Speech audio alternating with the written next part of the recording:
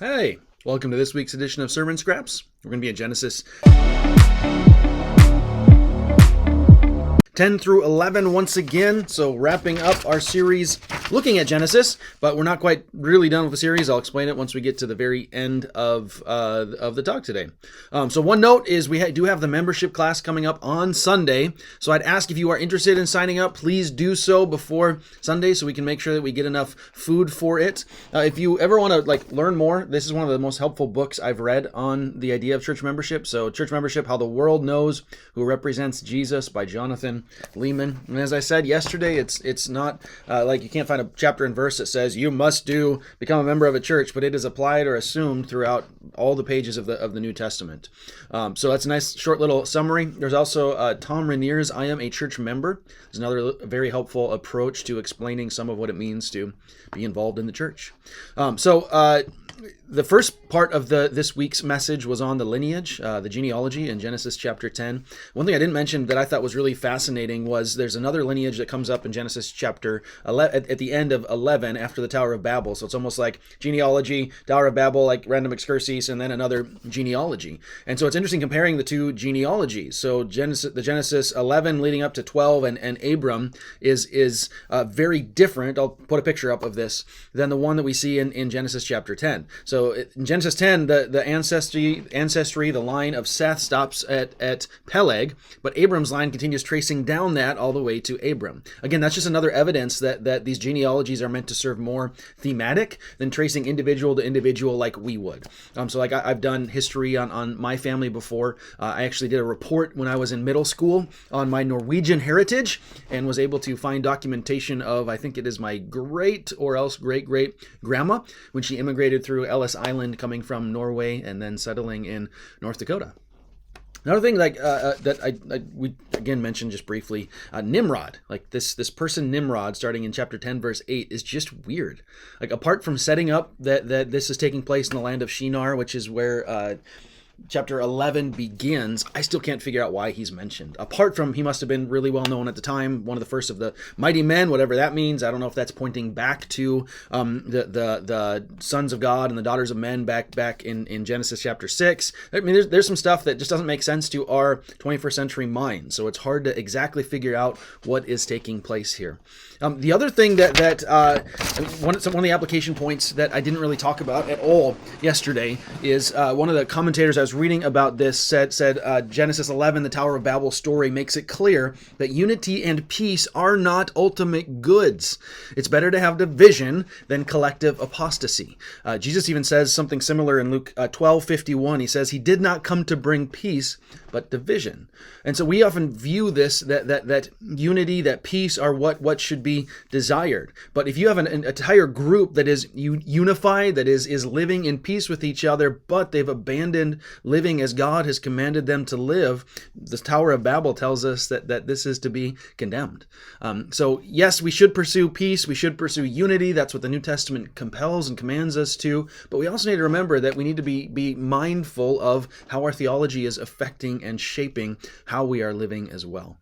The last thing, so I kind of talked about these towers being temples at the very top where they could meet with God. So again, another commentator said the Tower of Babel project is a temple complex. So there's that complex, this whole city that is centered around this ziggurat.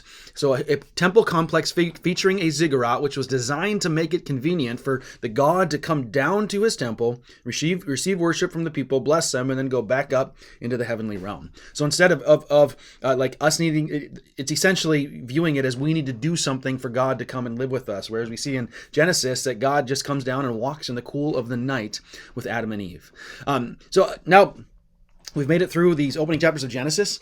A few things that I want to point to as some big takeaways that you should be walking away from our time digging into this. The very first thing is that God is the creator. Full stop. That's one of the primary purposes I want to get across through this. All of us need to be on the same page about the fact that God is the creator.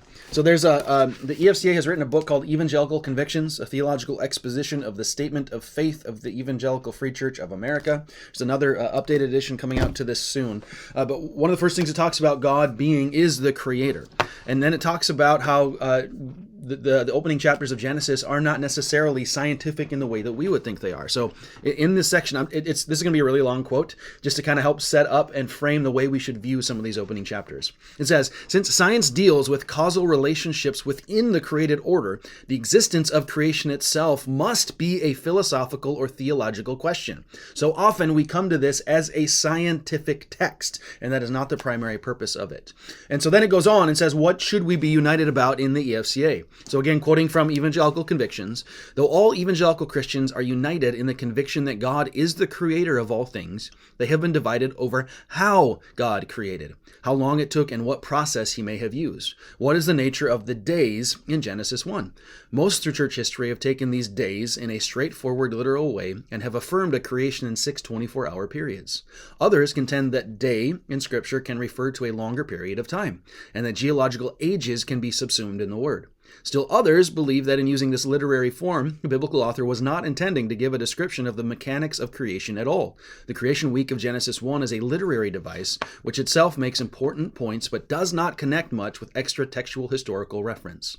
That is, it is not intended to provide a guide for scientific accounts of cosmic development. One form of this approach contends that God's 6 days of work followed by a day of rest offer an analogy to a human week of work rather than a literal identity. In support, they point to the endless duration of the seventh day, which provides the rationale for the command of the Sabbath.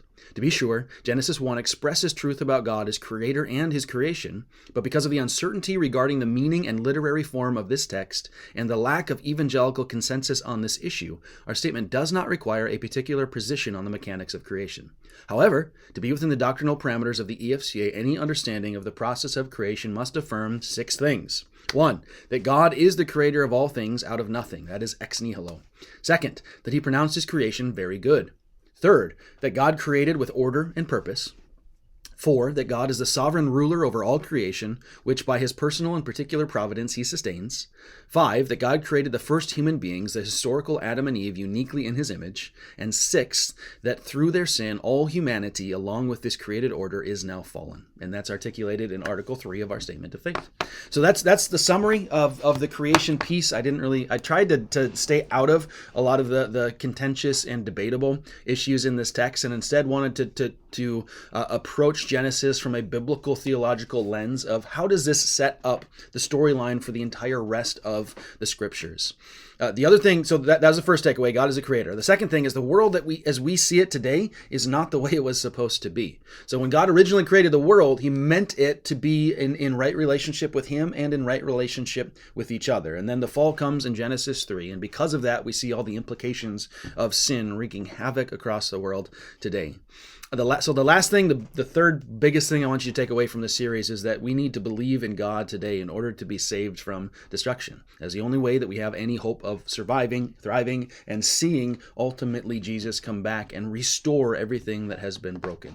So I said at the beginning, we've wrapped up our time in Genesis, but we're not done with this series yet. So we're going to spend the next 2 weeks looking at the culmination that all of this is pointing to in John chapter 1 and in John chapter 3. So in John 1, John begins his gospel the exact same way that Genesis begins. In the beginning, God created, so Genesis 1, in the beginning, God created the heavens and the earth. John 1 is, in the beginning was the Word, and the Word was with God, and the Word was God. So that is pointing to this fulfillment. Who is this ultimate serpent slayer? Who is this ultimate seed of the woman? We know that is Jesus. So we're going to be digging into the implications for that in our life today.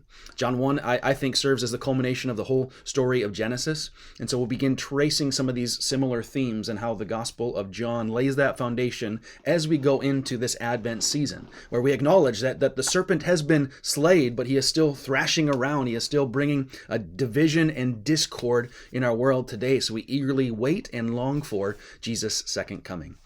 As I do when we are coming to the end of every sermon series, if there's been something that has stood out to you, I'd love to hear that. If there's been things that you've learned, ways that you've been challenged, or things that you've been convicted of growing to become more like Christ in your daily life, feel free to send me an email. I'd love to hear about how God has been using our study together to help you conform into the image of his Son. Feel free to send me an email at mikes@ssefc.org. Looking forward to digging into John with you. Don't forget the membership class is coming up this next Sunday at 12:30. We'll see you, Lord willing, on Sunday when we dig into John 1.